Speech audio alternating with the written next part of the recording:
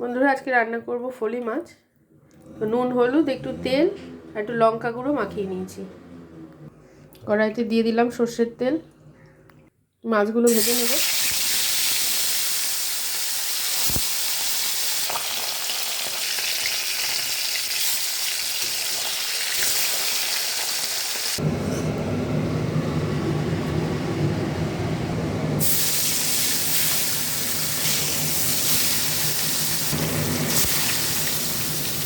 সব মাছগুলো ভাজা কমপ্লিট।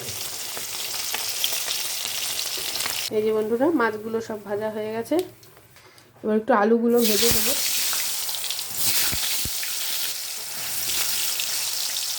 আলুগুলো ভাজা হতে হতে লঙ্কা গুঁড়ো, জিরে গুঁড়ো, হলুদ, নুন আর দেবো কাঁচা লঙ্কা। এবার একটু জল দিয়ে এগুলোকে গুলে নেব। গুলে নিয়েছি। এটা আদা বাটা যায় না, শুধু জিরে বাটাই যায়। আলুটা ভাজা হয়ে গেছে, নামিয়ে নেব। আলু আর মাছ ভাজা হয়ে গেছে।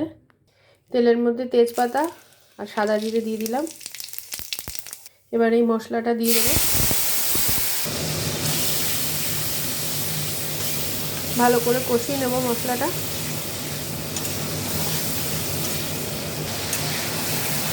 মশলাটা হয়ে গেছে, তেল ছেড়ে দিয়েছে। দিয়ে দেবো আলুগুলো। এবার দিয়ে দেবো জল। বন্ধুরা ঝোলটা ফুটে এসছে, মাছগুলো দিয়ে দেবো। এটা একটু পাতলা ঝোলই হবে, যেহেতু জ্যান্ত মাছ, ফলি মাছ। খাওয়াটাও খুব ভালো। এটা আলু আর মাছটা পুরোপুরি ভালোভাবে হয়ে গেলে আমি আসছি। এখন আমি এটা ঢেকে দিলাম। মাছটা একটু উল্টে দেবো মাঝে 5 মিনিট হয়ে যাওয়ার পরে।